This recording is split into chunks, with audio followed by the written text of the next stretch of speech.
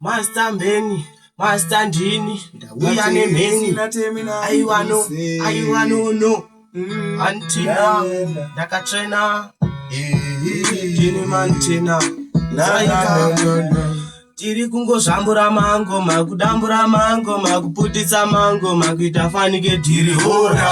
Vakuda kuona kuti ndiri hora. Ndava kuputisa matiri hora. Zvambura mangoma, kuputisa mangoma, kudambura mangoma, kuita fanike tiri hora.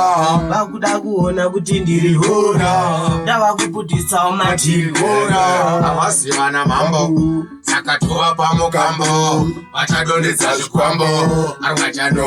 Ekota dere paterere zenda terminari. Or better listen when I try to explain. If in a stiff situation, if I still will maintain. Ain't some respect in this tremendous chain. With people so paterere zenda terminari. Kuzvambura mangoma, kudambura mangoma, kuputisa mangoma, kuita fanike tiri hora. Vakuda kuona kuti ndiri hora. Ndava kuputitsawo matiri hora. Mangoma, kudambura mangoma, kuputisa mangoma, kuita fanike tiri hora. Vakuda kuona kuti ndiri hora. Ndava kuputitsawo matiri hora.